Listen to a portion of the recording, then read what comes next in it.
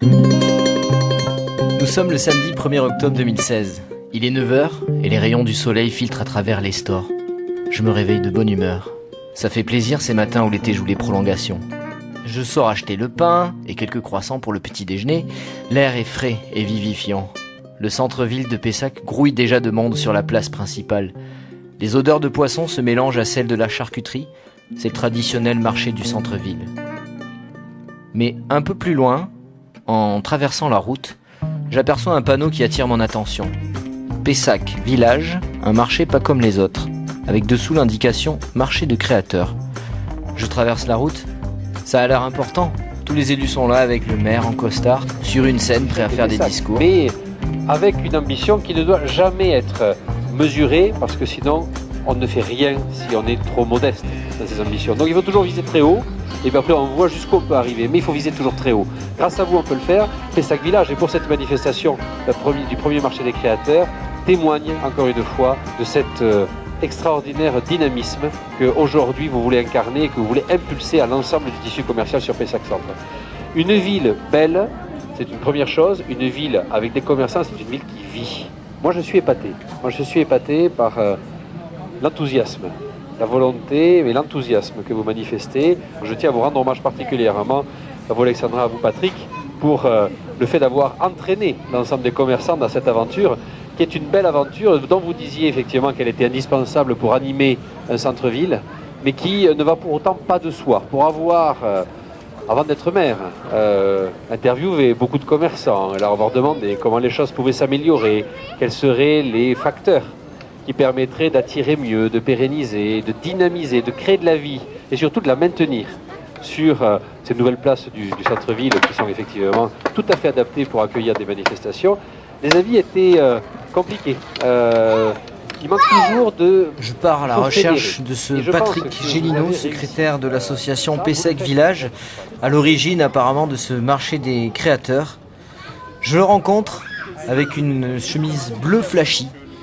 Il m'explique que l'association avant avait un autre nom, qu'ils ont changé de bureau, changé de logo et qu'ils recommencent une nouvelle aventure. Il m'explique aussi que c'est pas évident de fédérer, mais que le fait de travailler ensemble entre commerçants, finalement, c'est toujours positif. Pour tout le monde. Vous êtes pleinement satisfait, je suppose, de cette première manifestation à marché pas comme les autres, à Pessac ? On avait très peur du temps. Donc la première bonne nouvelle, c'est qu'on prépare cette organisation depuis 6 mois, avec beaucoup de travail. Et la dernière incertitude qui pouvait rester, c'était le temps. Et effectivement, on a un très beau temps, on a du public sur le marché. Donc effectivement, on est très satisfait. Alors il y a 35 créateurs, alors des créateurs très particuliers, puisqu'ils ont été sélectionnés pour la qualité effectivement de ce qu'ils réalisent, qu'ils font eux-mêmes. C'est pas de la revente de produits, c'est vraiment des produits qu'ils fabriquent.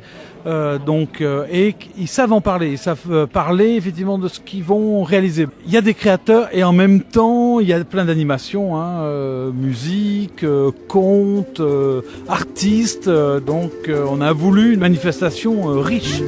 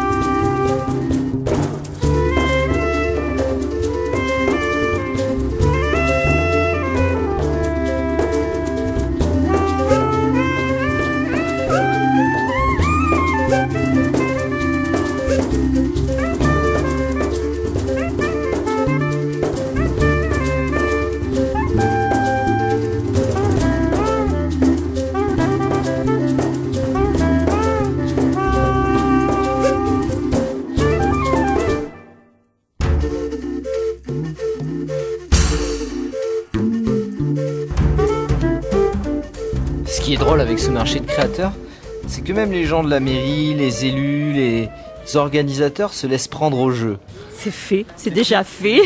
Donc avant qu'il ouvre, j'avais déjà acheté des choses. Allez, montrez-moi ce que vous avez acheté. J'ai acheté une petite peluche, vous voyez, j'ai un petit lapin en peluche. C'est pour vous ça? Non, c'est pas pour moi, c'est pour offrir. J'ai acheté une petite carte origami qui va aller avec pour envoyer donc à une petite nièce. Donc j'ai vu plein de choses, on a repéré. Et d'ailleurs, une des responsables de l'association Fait de ci de soi nous disait, alors elle participe, elle expose souvent et elle nous dit qu'elle dépense plus d'argent à acheter à ses collègues qu'elle en ramène en fait. Donc vous voyez, voilà, c'est cette envie, ça donne envie, voilà. Elle, c'est Anne-Marie Touardeau, chargée de mission commerce et artisanat à la mairie de Pessac.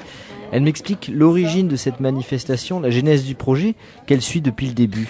Alors la genèse du projet, on travaille donc avec l'association Pessac Village, donc une association des commerçants du centre-ville. Et à cette occasion, donc ils ont eu l'idée aussi de travailler sur une manifestation et donc sur le marché, pas comme les autres. Ils se sont rapprochés de l'association Fait de ci de soi, donc ils ont eu très envie de participer au projet et c'est comme ça un peu que le partenariat est né. Voilà, en gros.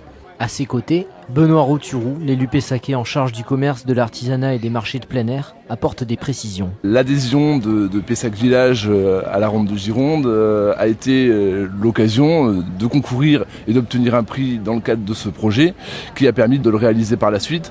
Et ce premier marché des créateurs est un événement qui va évidemment dans le bon sens et que nous soutenons sans aucune difficulté, sans aucune réserve. L'objectif est de faire découvrir, je dirais, des formes d'artisanat qui ne sont pas forcément courantes ou que les gens n'ont pas l'habitude de voir. C'est aussi à Citrolac, c'est un marché pas comme les autres. On y trouve des produits qu'on ne trouve pas tout le temps ailleurs et c'est un marché qu'avec des créateurs, donc c'est ça un peu le côté intéressant de la chose et puis des créateurs locaux en plus, donc qui travaillent, ils recyclent, ils font des tas de choses, des bijoux, il y en a même qui travaillent le béton, vous voyez, on fait des choses formidables avec le béton, je ne savais pas, des produits qu'on ne trouve pas habituellement sur nos marchés, voilà un peu la différence. De la création artisanale avec du béton, alors ça m'intrigue. Je vais aller voir de ce pas le stand Point de vue, animé par Martine Schiffer. Donc on fait des objets design en béton, des sculptures, des vases. Ça fait longtemps que vous faites ça ? Non, ça fait 1 an à peine, là on débute et voilà, on fait des moules en origami, on fait du pliage et ensuite on coule du béton dedans, donc ça donne de la légèreté au béton. Oh, pardon, je manque de renverser un objet, c'est peu commun quand même comme objet décoratif, ça vient d'où ? Comme ça, hein, une idée, on est 2, donc il y en a une qui aimait le béton, l'autre l'origami et du coup ça nous a donné des objets, béton dans des moules origami. Alors nous sommes à la radio, donc on va essayer de vous faire visualiser ce qu'il y a sous nos yeux. Est-ce que vous pouvez me décrire l'œuvre que vous préférez parmi celles que vous vendez ? Un grand vase effilé avec des facettes qui sont de plus en plus grandes et ça donne quelque chose à la fois de brut et de léger, aérien. Voilà. Oui, En général, ça plaît bien aux jeunes, ça va bien dans un univers un peu industriel, contemporain. Il y a la moitié des objets qui sont utiles, des bougeoirs, des vases, des choses comme ça. Alors vous trouvez ça comment ? Surprenant, intéressant. Surprenant. Moi, ce qui me surprend le plus, c'est le côté poli du béton. Du coup, on dirait presque une céramique. Même, ça fait penser au marbre aussi. Complètement. Ouais, tout à fait. Ce sont des nouveaux types de béton que nous travaillons. C'est-à-dire, alors, parce que moi, j'y connais rien en béton. En fait, c'est une interaction entre les moules que l'on fabrique et ce nouveau béton. C'est les bétons, on va dire, nouvelle génération, par exemple, qui permettent dans le bâtiment, armature, voilà, sans armature. Déjà, il y a la fabrication du moule. Ouais. Donc ça, c'est la première étape. Et ensuite, on prépare nos bétons et on coule dans le moule.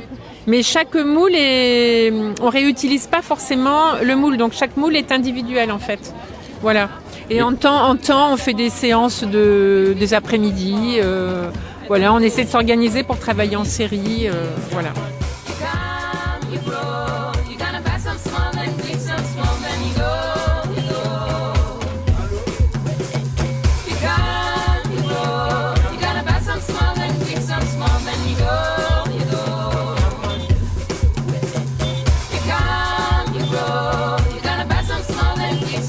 Then you go.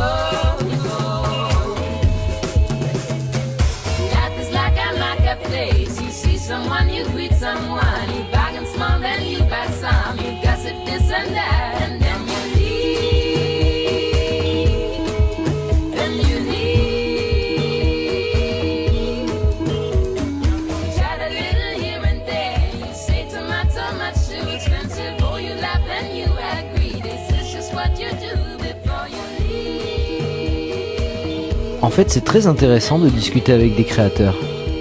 D'habitude, quand je passe devant ce genre de stand, je regarde vite fait sans être trop curieux. Mais là, je sais pas, il y a une ambiance conviviale. Ça donne envie de discuter, de s'intéresser aux gens et à leurs œuvres aussi. Ça demande un travail assez minutieux au niveau des mains, au niveau de la vue aussi. Oui. Vous travaillez comment ? Ça se passe un peu en mode horloger, bijoutier avec une petite lumière, des toutes petites lunettes ? Non, je travaille pas avec un mode de bijoutier. Non, moi disons que j'essaie d'imaginer le bijou et le bijou au fur et à mesure que il se fait au fur et à mesure que je le travaille. Voilà. Donc je peux partir d'un petit bracelet et puis arriver après à un collier, à un bracelet doux pour faire un collier. Après c'est surtout dans le concept que j'essaie de travailler le bijou. Vous le dessinez d'abord ? Pas du tout, je ne sais pas dessiner, donc je le mémorise dans la tête et voilà, c'est comme ça que j'arrive. C'est assez impressionnant de voir comment une cotte de maille, on pense pas que ce soit joli à la base, comment ça peut rendre avec un assemblage un peu différent. Voilà, c'est ça, tout à fait. Mais la cotte de maille, c'est un beau produit, hein. C'est sympa comme produit à travailler. C'est très tactile, c'est très souple, c'est très très agréable. Et c'est un produit qui est pas du tout fragile parce que c'est un acier inoxydable. Donc c'est un produit qui vieillit très très bien. Je la découpe, je la travaille comme du tissu, c'est-à-dire que je la découpe.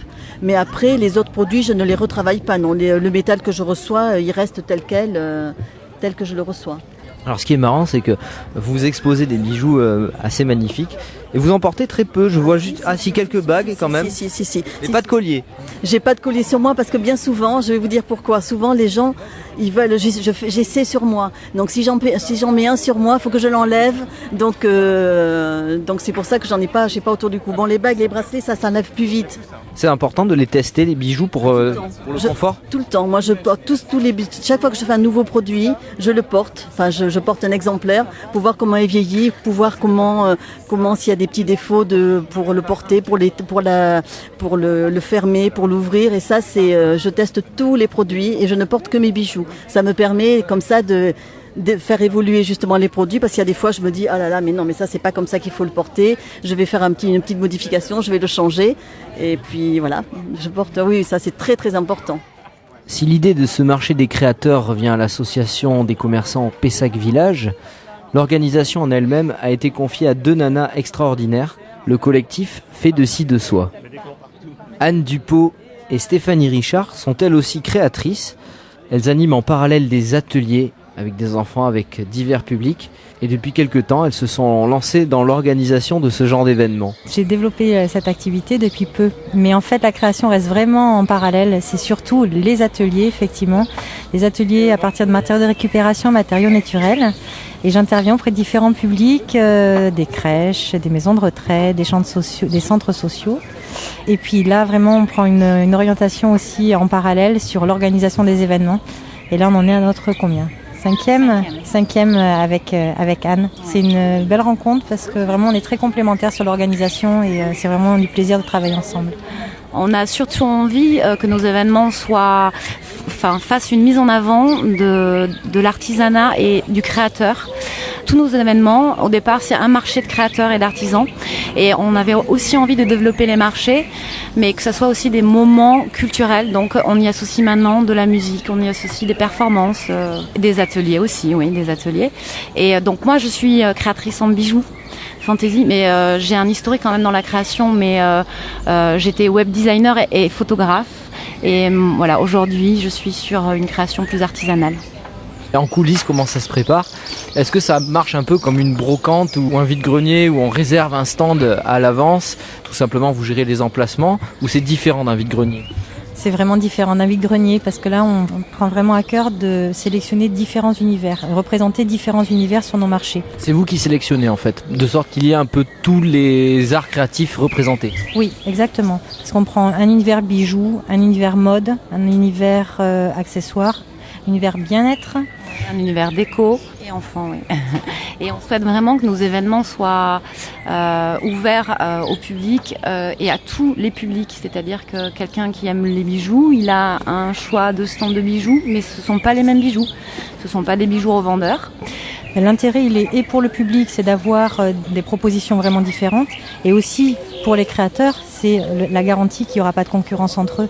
Et bien sûr, il y a des déceptions, hein. Il y en a des mails de retour en disant je suis déçu de ne pas participer, mais voilà, nous, à partir des créateurs qu'on a, encore une fois, on veut un choix très large de propositions. Et du coup, oui, quand il y a 2 stands de bijoux qui se ressemblent, voilà, on fait une sélection sur un. Quels sont les éléments auxquels le grand public ne penserait pas et auxquels vous avez pensé pour que ça marche ? La sécurité peut-être ? Ah oui, c'est la sécurité, l'accessibilité. Nous pensons que les personnes handicapées ont tout à fait le droit d'être autonomes sur ce genre d'événement. Vous avez commencé avec un plan du quartier en essayant d'installer chaque stand avec une cohérence en fonction de l'emplacement des stands. C'est exactement ça en fait. On est venu d'abord repérer le lieu, on a vu où on pouvait placer les emplacements. Et après, en fonction on a déterminé un certain nombre de stands qui pourraient être présents sur l'événement et prévoir les lieux effectivement de la performance et des autres animations.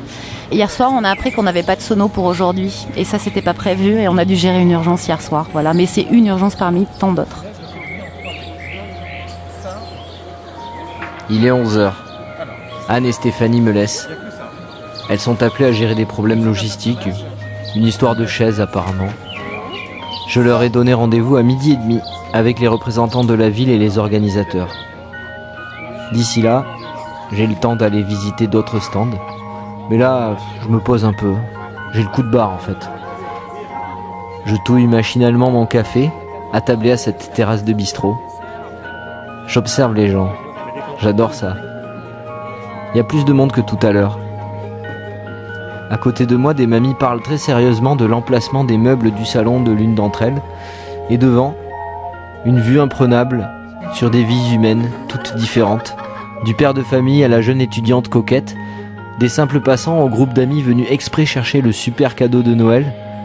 Toutes ces vies réunies ici, au même endroit, et qui n'ont même pas conscience de partager ce même moment. Ça laisse rêveur tout ça.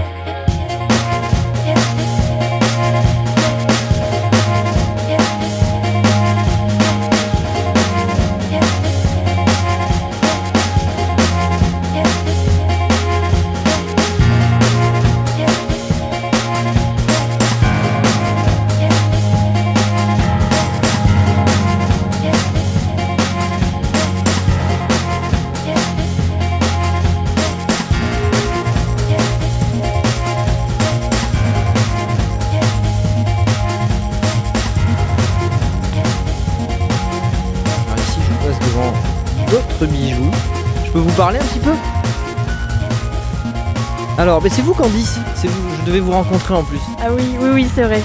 Candice Egloff, du coup je fais des bijoux contemporains en coquille d'œuf en fait, qui est une technique asiatique ancestrale. Donc de la coquille d'œuf, de la colle, ça peut donner des choses aussi colorées, aussi jolies que vous exposez en ce moment. Déjà oui, on les colle, après on les colore. Du coup c'est pour ça que je peux avoir autant de diversité de couleurs qu'on veut en fait finalement. Et après c'est laqué pour la dureté et la solidité du bijou. Moi ce qui m'intéresse c'est de vous imaginer dans votre laboratoire, dans votre atelier bordelais. Au début qu'est-ce qu'il y a sur votre atelier ? En fait c'est qu'il y a plusieurs étapes et entre chaque étape il y a une dizaine d'heures de battement. Donc en fait, si vous voulez, quand je me mets à mon bureau, je vais par exemple passer toute une journée à poser la coquille. Voilà, tranquillement. Vous les récoltez comment, les coquilles ? C'est consommation personnelle. Vous mangez beaucoup d'œufs ? Non, pas plus que les autres. Non, c'est consommation personnelle et puis c'est des œufs d'élevage parce que c'est là où je peux avoir une plus grande diversité de couleurs de la coquille. Donc autant du blanc que du beige que du marron, presque pas noir mais un marron vraiment foncé. Quand je me mets à mon bureau, donc il y a une étape où je vais vraiment poser la coquille parce que ça c'est la plus grosse étape, celle qui prend le plus de temps. Et après, je vais laisser couler une dizaine d'heures. Et après, je vais les poncer, je vais les colorer. Je laisse reposer une dizaine d'heures. Et après, je mets entre 5 et 10 couches de vernis sur chaque bijou. À partir des coquilles, vous avez déjà l'imagination du bijou que ça va donner après ? Ou ça se fait au fur et à mesure ? En fait, j'ai la forme. Donc il y a mes mini-séries, je sais la forme qu'elles vont avoir. Et après, il y a des fois des plaques, je les prends et je les laisse de côté pendant quelques jours, voire peut-être quelques semaines. Et après, je vais faire des pièces uniques parce que j'ai mes mini-séries, donc ça qui sont toutes faites, que je fais sur commande sur les couleurs et tout. Et il y a mes pièces uniques, là c'est comme ça me vient. Et avec ce que j'ai trouvé en amont, dans des vides-greniers, dans des brocantes, voilà. Une coquille, c'est cassant et ça a une forme assez particulière. Comment vous arrivez à la modeler à la forme du bijou que vous voulez sans casser la coquille ? Alors en fait, non, je les casse volontairement, je les écrase. Je prends ma coquille, je les écrase et après je les mets une à une avec une pince à épiler, des fois un cure-dent, voilà. Comme une mosaïque en fait. Comme une mosaïque, c'est pareil en fait. Ça fait le même effet mosaïque d'ailleurs en plus, comme effet sur le bijou. Vous avez appris ça comment ? C'est une technique ancestrale japonaise ou vous êtes un peu l'inventeuse des bijoux à la coquille ? Non, j'ai pas cette prétention-là. Non, c'est ma mère en fait qui a beaucoup voyagé dans le monde entier, qui allait énormément en Asie, donc ça vient surtout du Vietnam et de Chine, même si on en trouve dans tous les pays asiatiques. Et en fait là-bas ils font des tentures, donc non colorées, et beaucoup d'ameublement, et elle a fait de l'ameublement. Et ensemble, j'ai eu envie de faire des bijoux et on a trouvé une technique pour rajouter de la couleur, en fait. C'est quoi cette technique ? C'est secret. Et vous proposez des faire-part alors ? Des faire-part et de la carterie en fait. Vous avez décidé de vous marier, vous avez commencé votre premier faire-part et après... Non, en fait à la base je les ai pensés comme des cartes postales, pas comme des faire-part. Et en fait c'est des clients qui m'ont demandé de faire des faire-part. Donc à la base c'est venu à l'unité et après comme on m'a demandé, je me suis dit qu'effectivement c'était une bonne idée. C'est rigolo ça, les faire-part et les cartes postales. Alors surtout la partie carte postale m'intéresse beaucoup parce que j'ai l'impression qu'on en écrit de moins en moins, ça se perd. Depuis que le mail est arrivé, on n'envoie plus de cartes postales. C'est pas vrai au contraire. Maintenant parce que là c'est un objet qui reste, alors du coup c'est pas le même rapport quoi. C'est peut-être pas pour donner les mêmes informations non plus, donc... Non, moi je pense que ça revient beaucoup. Enfin, en tout cas, j'ai beaucoup de clients qui reviennent régulièrement pour ça. Pour envoyer des cartes postales. Ouais. Vous relancez l'économie de la poste en fait. Ouais, j'allais prendre des actions. Expliquez-moi comment vous les faites, quelle est votre particularité ? La particularité, je fais tout de A à Z, donc je crée le graphisme. Après, j'imprime, je fais appel à un imprimeur. Je les découpe, je les plie moi-même et puis après je montre un petit peu aussi comment ça fonctionne, parce que plutôt que de tout ouvrir, par exemple le petit cœur, vous avez juste à l'ouvrir comme ça. Et du coup, une fois qu'il est ouvert, vous avez votre espace pour écrire votre mot et voilà. Et puis c'est une belle surprise aussi quand ça arrive dans la boîte aux lettres, ça change du carré classique. Ça reste un petit objet qu'on va mettre à l'intérieur de chez soi. Et en matière d'origami, ça demande pas mal de finesse, d'entraînement. Moi qui suis complètement débutant en origami, au bout de combien de temps je peux espérer faire des choses assez sympas ? Je sais pas trop, ça dépend à quel point vous êtes porté sur le pliage ou pas. Moi je sais que j'ai une facilité aussi, je pense que c'est pour ça que je suis allée vers ça. Je pourrais pas vous dire là, je sais pas. En plein milieu du marché, une fresque avec des peintres. Bonjour monsieur. Bonjour monsieur. Alors qu'est-ce que vous faites là ? Racontez-moi. Mais là on est en train de réaliser une fresque. Une fresque qui fait 6 mètres d'ailleurs sur 1,72 m de haut. Voilà. On est plusieurs à faire ça. C'est le collectif des artistes de Pessac Centre qui fait ça. La fresque, c'est un thème, on nous a dit que c'était le vin. Donc nous avons réalisé des grappes, des grosses grappes de raisin. Et dans les graines finalement, on essaie de faire des réalisations personnelles. Voilà. Donc il y a un décor où il y a 2 grappes de vin qui sont posées. Là, il y aura un paysage sûrement des rangs de vignes et tout comme ça. Et dans chaque grain, chaque artiste peint avec sa personnalité. Alors on a un peu de nourriture dans ce marché de créateurs. Bonjour. Vous ne vous êtes pas trompé d'endroit, les producteurs c'était de l'autre côté de la route. Vous faites de la nourriture, vous êtes la seule, j'ai l'impression, sur le marché à proposer ça. Alors expliquez-moi. Alors moi ce que je propose c'est une pâtisserie diététique, dans le sens où elle est travaillée sans matière grasse ajoutée de l'extérieur. Elle est très peu sucrée et elle est travaillée avec des produits naturels sans conservateur. Et surtout elle est très décorative, hein. Essayez de me décrire l'une de vos pâtisseries. Ouais, je travaille le design et comme ça vous avez des modèles différents pour le plaisir des yeux. C'est très fin comme travail. Du coup, on n'a peut-être pas envie de les manger, on a envie juste de les poser sur une table. C'est-à-dire, il faut d'abord les apprécier visuellement, Voilà. et puis après, il faut les déguster. Vous mettez combien de temps à faire une pâtisserie? Je mets pas mal de temps. Pas mal de temps parce que déjà la préparation de la pâte, je la laisse reposer, puis après je fabrique le gâteau, je le laisse reposer. Après, il y a la cuisson, et puis il y a les décorations, la petite touche finale avec le pinceau. Avec le pinceau? Oui. C'est-à-dire vous mettez de la peinture sur vos pâtisseries? Pas la peinture, je mets de la poudre d'or par exemple. Vous voyez le petit papillon là, c'est avec avec un pinceau. Il faut mettre un petit peu de poudre d'or pour donner un côté magique sur le gâteau. Donc ça fait son petit effet. Et après, certains osent dire que la cuisine, c'est pas de l'art. Eh bien, forcément, si vous trouvez devant le stand de les perles de la gourmandise, vous allez voir que la cuisine, c'est vraiment de l'art. Avec une éthique derrière, j'ai l'impression, un engagement pour consommer sain, pour ne pas détériorer notre environnement aussi. Exactement. Comme je travaille avec des produits naturels sans conservateurs, et c'est des produits à conservation, parce que la pâtisserie, étant donné qu'elle est fabriquée qu'avec des fruits secs, qui sont eux-mêmes des conservateurs, donc elle se garde dans le temps.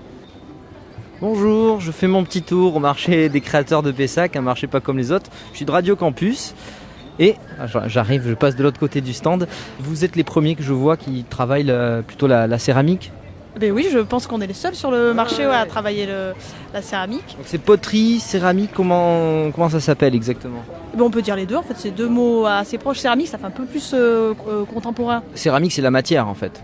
Non. Céramique, c'est vraiment l'objet fini de la céramique. Sinon, la matière, c'est l'argile, ça peut être de la faïence, du grès ou de la porcelaine. Expliquez-moi un peu comment c'est fait. Alors là, par exemple, devant moi, j'ai un vase, etc. Quelles sont les différentes étapes pour arriver à ce produit fini? Eh bien alors, c'est assez simple. On la tourne, c'est une pièce qui est tournée. On la tourne, ça veut pas dire... Ah mais non, c'est sur un tour de potier, voilà. D'accord. Donc vous avez de la terre à la base, enfin de l'argile, quelque chose comme ça, c'est mou? Ah ben oui, bien c'est mieux, c'est mieux pour la tourner. Donc oui, on vient la travailler pour enlever un petit peu les bulles et tout ça, et après on la tourne en fait sur un tour. C'est là où c'est la forme en fait. Là tout prend forme et ça sèche un peu, et après on vient travailler le pied. Donc on vient la tournasser pour finir le pied, pour tout ce qui est vous voyez pas, mais voilà. Décrivez-nous. Et voilà, pour travailler le pied, parce qu'évidemment quand on la sort du tour en bas, c'est pas bien fini quoi. Ouais. Et donc on la passe au four une première fois à 940 vers là. Donc ça marche avec un four traditionnel, ou il faut acheter un four spécial pour... Oui, il vaut mieux acheter un four spécial, parce que vu que ça monte... mon four il monte à 1300 degrés, donc il faut un four qui puisse monter pour cuire la céramique quoi. Pour, le four qu'on a dans la cuisine, c'est pas 1300 degrés, ouais. Non. Et donc voilà, donc ça passe une première fois au four. Après je viens émailler mes pièces, donc ça c'est des matières premières, donc de la silice, de l'alumine et des oxydes. Comme une recette de cuisine en fait. On vient mélanger tout ça, et donc je viens émailler mes pièces et je les passe au four une deuxième fois à 1260-1280. Et là, quand ça sort du four, ça ressemble... Voilà, c'est un peu tout se fait, c'est un peu la magie du four, ouais. En fait, parce que moi, quand je viens les émailler, c'est comme une crème, donc ça... Voilà, c'est des matières premières blanches, les oxydes, c'est l'oxyde de chrome, c'est vert, c'est un peu simple. Vous faites ça au pinceau, par-dessus la première... Non, je viens alors soit au pistolet, soit par trempage, dans des bains en fait. C'est comme une crème, ça fait comme une crème qui vient se déposer. Et voilà, tout se fait au four pendant la cuisson, et le refroidissement aussi, les cristallisations et les nucléations, ça se fait pendant la phase de refroidissement, donc voilà. Ça demande presque des compétences de chimiste pour faire ça. Ah oui, complètement. Mais moi, c'est ça que j'adore. Ouais. Ah oui, si on n'est pas... Ah oui, c'est super bien. Vous travaillez avec des lunettes, la blouse blanche, etc. Mais ça, on n'est pas trop sexy, j'avoue. Quand on est dans l'atelier, là, c'est vrai que on en a partout, sur les mains. Un masque, parce que tout ce qui est les poudres, il faut pas les respirer, c'est super toxique.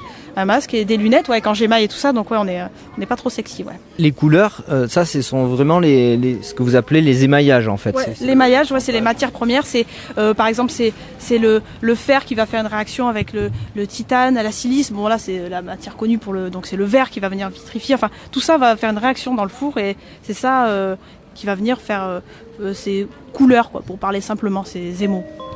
Cette voix dynamique que vous entendez, c'est celle de la céramiste Marine Feuillerat. Elle m'a ensuite expliqué que les matières qu'elle travaillait étaient sensibles à la manière dont on les travaillait. En fait, elle garde en mémoire tout ce qu'on leur fait.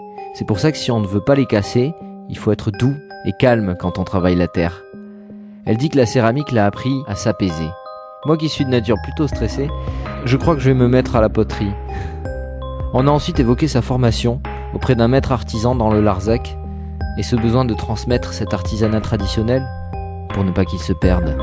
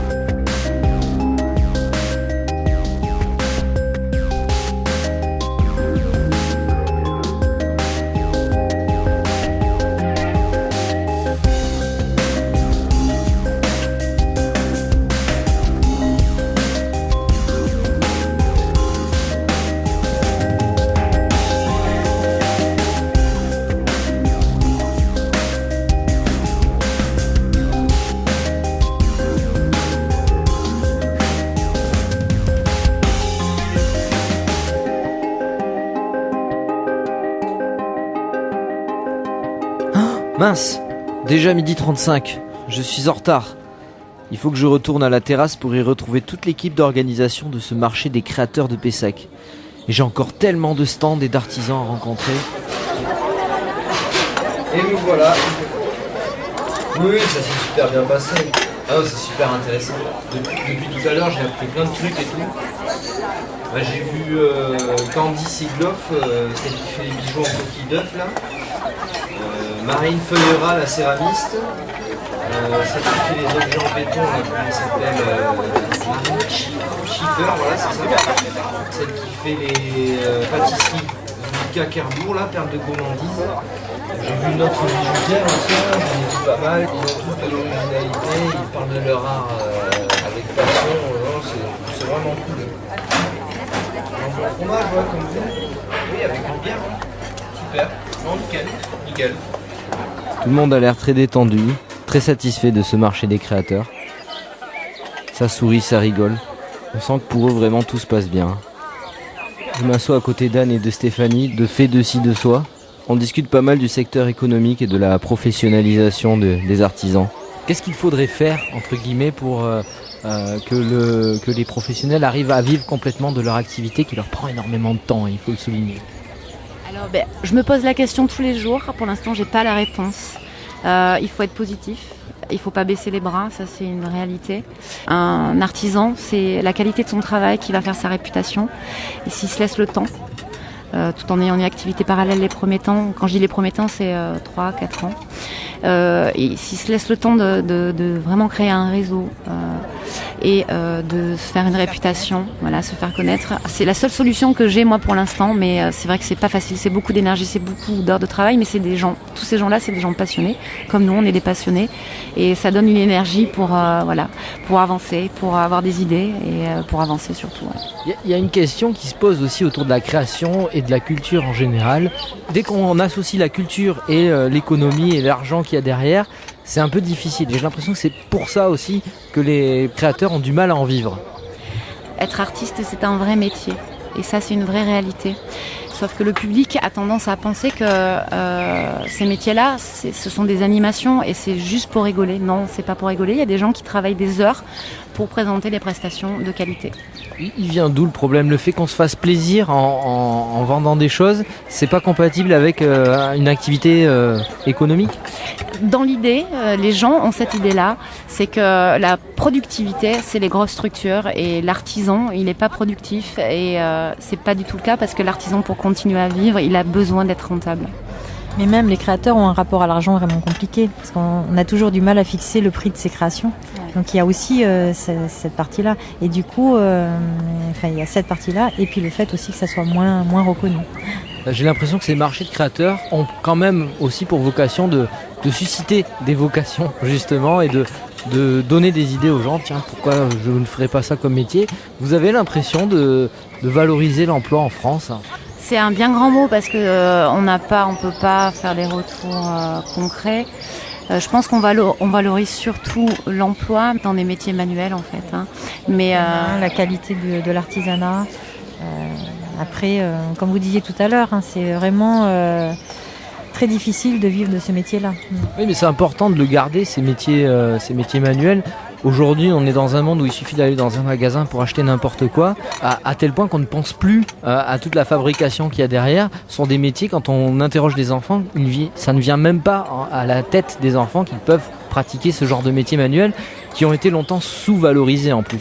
C'est aussi pour ça que qu'on aime organiser des marchés de créateurs, c'est qu'il y a cette rencontre du créateur avec le public et justement là il peut parler de sa passion, il peut parler de ses modes de fabrication. Dans ce genre de mode de vente, vraiment, les gens prennent le temps d'échanger, de poser des questions, ils sont curieux et ça je trouve que c'est fabuleux parce qu'ils sont pas dans un acte pur d'achat.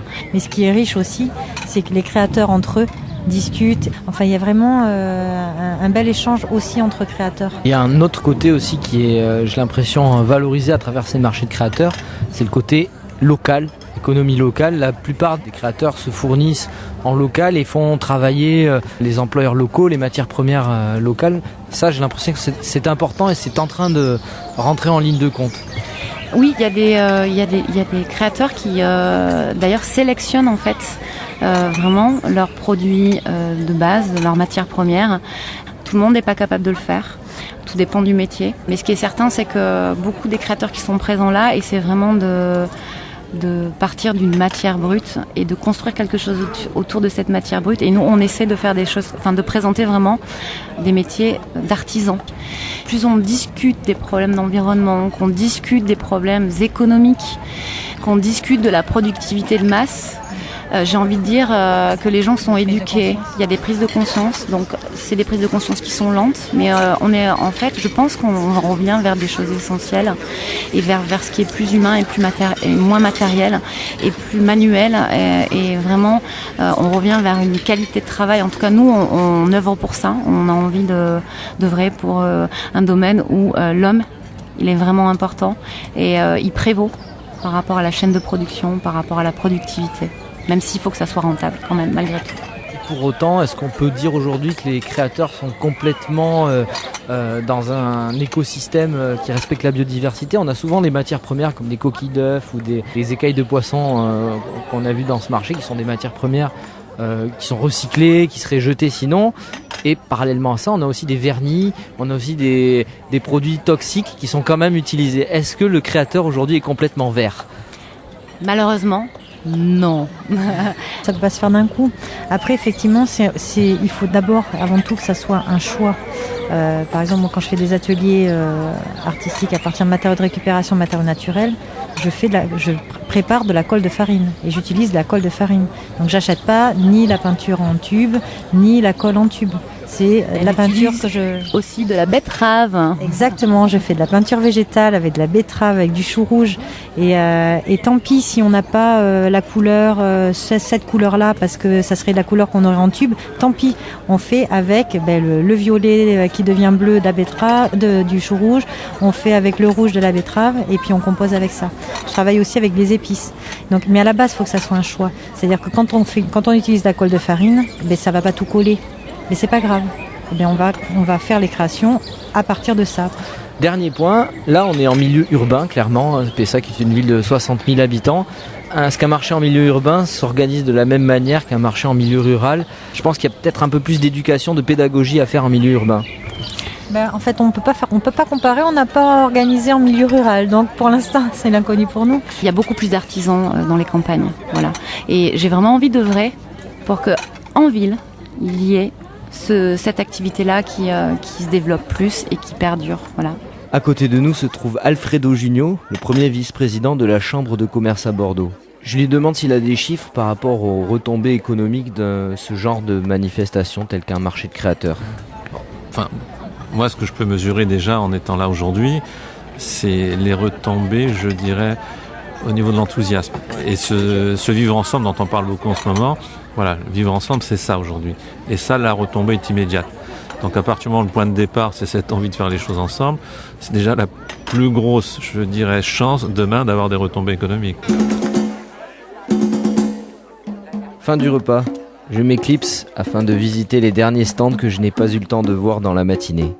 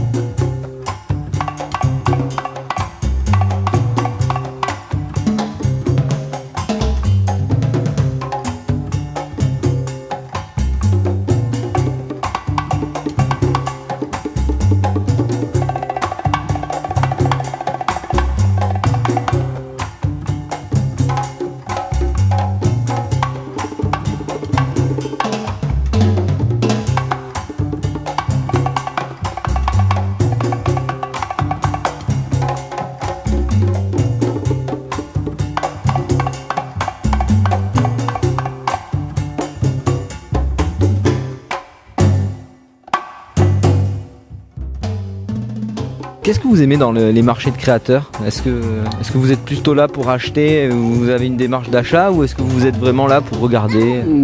Les deux en fait, ouais, on a une démarche d'achat. Là on pense aux cadeaux de Noël déjà, ça vaut le coup d'anticiper quand on trouve des trucs. On a vu qu'il y avait des bijoux faits en matériaux recyclés, ça nous a parlé. Donc on a acheté des bijoux, voilà. Alors vous avez développé un moyen de ne pas percer ses vêtements. Exactement, tout à fait. Donc ça fonctionne avec des aimants extrêmement puissants qui permettent de décorer et d'assembler les vêtements sans les percer, sans se piquer les doigts, en pouvant en prendre des épaisseurs et assembler les vêtements ensemble. Et les fibules, ce sont vous qui les faites également ? Exactement, ouais, je crée moi-même tous les bijoux. Comment vous les créez ? Parce qu'il y a d'assemblage, ça représente des étoiles, je vois, ça représente des papillons, etc. Ça se travaille le métal ? En fait, moi je travaille pas directement le métal. Je fais beaucoup de dessins, après je travaille avec un fondeur, j'achète aussi les éléments séparément, je chine un petit peu pas mal de pièces, et avec tout ça, j'arrive à assembler des bijoux. Ça fait combien de personnes qui travaillent sur la chaîne ? En tout, on est 3. Un fondeur ? Un fondeur, et puis après des créateurs, 2 créateurs qui dessinent, qui mettent en place, qui font les assemblages, qui collent, qui développent, qui réfléchissent. Voilà. Ça fait penser un peu au monde gallo-romain, non ? Oui, là, le petit clin d'œil fibule, oui, ça fait penser au monde gallo-romain. Maintenant, toutes les civilisations ont eu leurs bijoux pour attacher leurs toges, leurs capes. On la retrouve, c'est un bijou qu'on retrouve depuis la nuit des temps, au final. Je suis avec Mademoiselle Loyal. Oui, absolument. Nous, on fait des cadres Playmobil. Vous êtes restés de grands enfants. Exactement. On veut garder notre âme d'enfant et on l'accroche au mur. On chine des vieux Playmobil, on en customise, on les met en scène dans des cadres et ce sont que des créations uniques. Il y en a pour tous les goûts, l'amateur de golf, de moto, de cheval. Moi, c'est Jean-Pierre Duport. On utilise plusieurs matières pour créer une toile. En fait, donc il y a collage, peinture, écriture. On travaille avec plusieurs matières en même temps. Le prix, comment vous le fixez ? C'est difficile de fixer un prix quand on fait des tableaux ? C'est le problème, parce qu'on passe quand même beaucoup d'heures. Il y a un minimum qui est la toile, la colle, etc. C'est une règle, on l'a appris puisque c'est la dimension de la toile. En fonction de la dimension, il y a un prix. Voilà. Donc nous, on est parti sur plutôt un prix que nous, on a envie de faire par rapport au temps estimé de travail. On a voulu faire aussi des tableaux accessibles si les gens avaient un coup de cœur. Et je suis avec David Fracasso. Il propose des puzzles en 3D et en bois. Le principe, c'est de faire des emboîtements sans colle.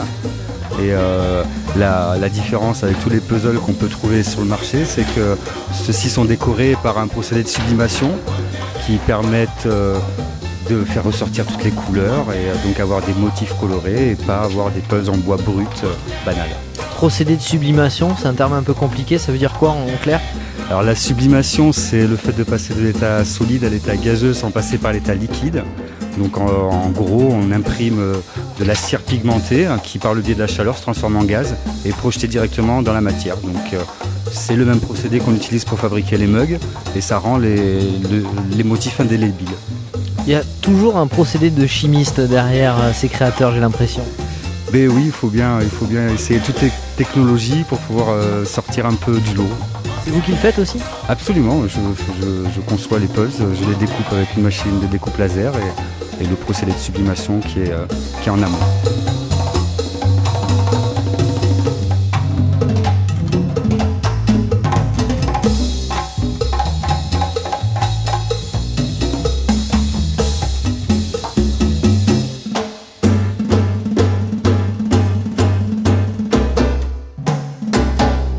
Et là, vous avez décidé de travailler le savon. Oui, tout à fait. Je fais du savon naturel. Donc du savon, vous allez avoir une base qui va être de l'huile d'olive, du coco, de l'huile de colza. Après, des savons qui vont être doux pour la peau, des savons nourrissants qui vont éviter tout ce qui est démangeaisons, gratouilles, eczéma, ça aide énormément. Des savons qui vont être enrichis de beurre de karité, d'huile d'amande douce, d'huile d'avocat, colorée par des argiles roses, argile verte, argile rouge, du cacao, essentiellement parfumés par des huiles essentielles bio. Il y a la partie matière, il y a la partie odorante. Nous sommes devant un stand de savon qui sent très très bon vraiment. Et surtout, il y a la partie visuelle. C'est presque de la sculpture sur savon que vous faites. La sculpture, disons que faut aussi il y a le côté esthétique, joli. C'est vrai que j'ai des savons avec des moules en silicone, donc vous pouvez trouver des cœurs, des fées. Moi à Bordeaux, j'aime Bordeaux, j'habite à côté, donc le côté cannelé, ça permet d'avoir des petits savons invités qui aussi permettent de faire des jolis cadeaux et de découvrir plein de types de savons différents. De faire des belles blagues, on propose des cannelés à un repas et puis on mange, en fait c'est du savon. Et aussi, voilà, donc vous risquez de faire des bulles. Alors moi c'est du cuir de poisson, alors j'appelle plutôt ça du cuir marin parce que le côté poisson ça fait peur. Oh là là le poisson c'est bizarre, ça va sentir mauvais, etc. Et en fait c'est un cuir qui est assez intéressant parce qu'il a différentes textures, il est tout nouveau, original. Et c'est un rendu sur des manchettes qui est quand même assez joli. Moi j'ai vraiment adoré cette matière-là et maintenant je le décline en manchettes et je commence à travailler sur des pendentifs. Ce que vous appelez manchettes, ce sont des bracelets Voilà, en fait les manchettes c'est des bracelets assez larges qu'on met, qui sont assez à la mode là. Et donc voilà, la déclinaison du cuir marin sur des bracelets. Est-ce que vous pouvez m'expliquer combien de personnes sont concernées, passent pour arriver jusqu'au produit fini, la manchette qu'on voit ici ? Alors, c'est pas vous qui allez pêcher le poisson. Non, c'est pas moi qui vais pêcher le poisson. Vous avez le pêcheur, donc qui va sur le bassin pêcher le bar, la truite, la sole, qui va ensuite la revendre au poissonnier. Donc le poissonnier va débiter son poisson et la peau, en fait, elle part dans les déchets. Et c'est l'entreprise qui est basée à La Teste qui s'appelle Femer qui récupère ces peaux destinées aux ordures en fait et va les tanner avec de l'écorce de mimosa qui est donc un composant naturel et qui vient en plus de la forêt de mimosa derrière la dune du Pilat. La peau est tannée donc c'est très long parce que c'est un processus naturel donc ça prend à peu près 3 semaines, 1 mois passer dans plusieurs bains et ensuite elle est séchée souvent au soleil. Et ensuite, moi, je récupère ces peaux une fois qu'elles ont été tannées et séchées. Je vais les assouplir pour pouvoir, moi, les utiliser en bijoux. Et donc, voilà. Donc, moi, je suis à la création. Et ensuite, vous avez la cliente qui va la porter. Donc, on est à 4-5 personnes dans le circuit, à peu près. J'ai l'impression qu'on n'en parle pas beaucoup des tanneurs de poissons. Alors, non, on n'en parle pas, mais ça commence. Parce que, justement, on se rend compte que c'est un nouveau matériau. Il y avait le python, il y avait le serpent. Donc, le python, hein, forcément. Vous avez le veau, la vache. Et le poisson, en fait, on se rend compte que c'est aussi costaud puisqu'on en fait maintenant des sacs, on en fait des chaussures, on en fait des housses de portable et de tablettes. Et c'est on revient sur un circuit qui est assez chouette parce qu'on récupère des choses qui sont destinées aux ordures pour leur donner une 2e ou 3e vie. Et je trouve ça vraiment chouette. Et en plus, c'est du 100% Gironde là pour le coup. Les yeux de Muriel Egloff, qui tient le stand Meg Création, sont animés d'une flamme de passion. Elle non plus ne gagne pas sa vie en vendant ses bijoux et doit travailler à côté pour subvenir à ses besoins, mais c'est toujours la passion qui l'emporte.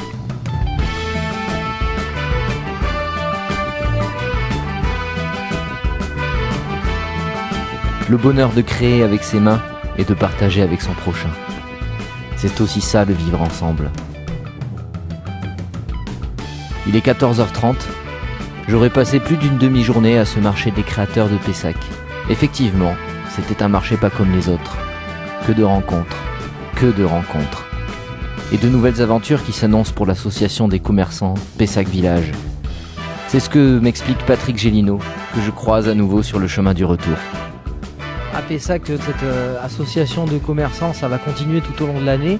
Ça va passer par quoi ? Un site internet peut-être, avec une proposition de chaque commerçant ?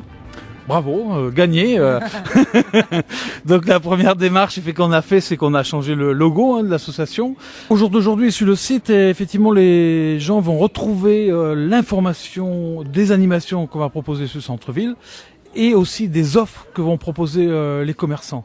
Donc autant réduction, promotion, nouveaux produits, ils vont les retrouver sur ce site-là, ils pourront les récupérer et venir dans le commerce pour avoir la promotion. Après, la deuxième étape de la vente en ligne, on le pratique dans certains commerces, plus ce qu'on va appeler le click and collect, c'est-à-dire qu'on va réserver son produit en ligne sur Internet et après on va le chercher en magasin. Quels sont les prochains événements autour de cette fédération de commerçants de Pessac Centre ? La première chose, c'est qu'on va pérenniser ce qu'on fait. Donc le marché des créateurs, on va le reproduire l'année prochaine. Donc on peut déjà le marquer dans son agenda et prévoir une venue au centre de Pessac pour la rentrée, quoi. Donc la prochaine étape pour nous, ça va être Noël, préparer les fêtes de Noël et créer une animation sur le centre-ville de Pessac. Un gamin en trottinette me frôle et disparaît dans une ruelle adjacente. Et l'instant d'après, mon regard croise celui d'une mémé qui croit me reconnaître. Nous nous sourions par réflexe et par souci de bienveillance. Alors que je retourne dans mes appartements, la tête encore pleine de ces moments partagés avec les artisans créateurs que j'ai rencontrés, un groupe s'installe sur la scène en prévision de son concert. De nouveaux riverains arrivent alors que d'autres s'en vont. C'est un joyeux ballet dynamique, plein d'espoir. Il a raison, le maire de Pessac. C'est tellement beau, une ville qui vit.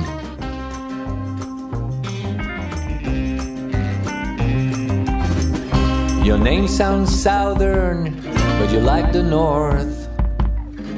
I'm trying to be gentle, but I've way too much force. You wish you had silver, and you wish you had gold.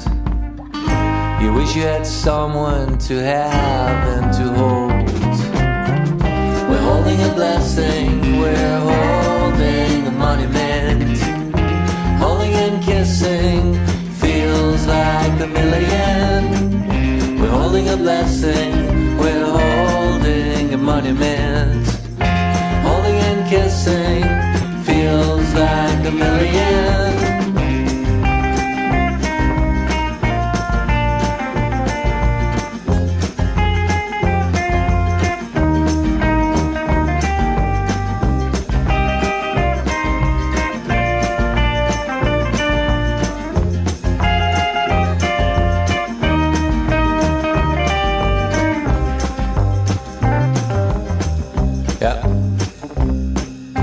When I knew you were a madman,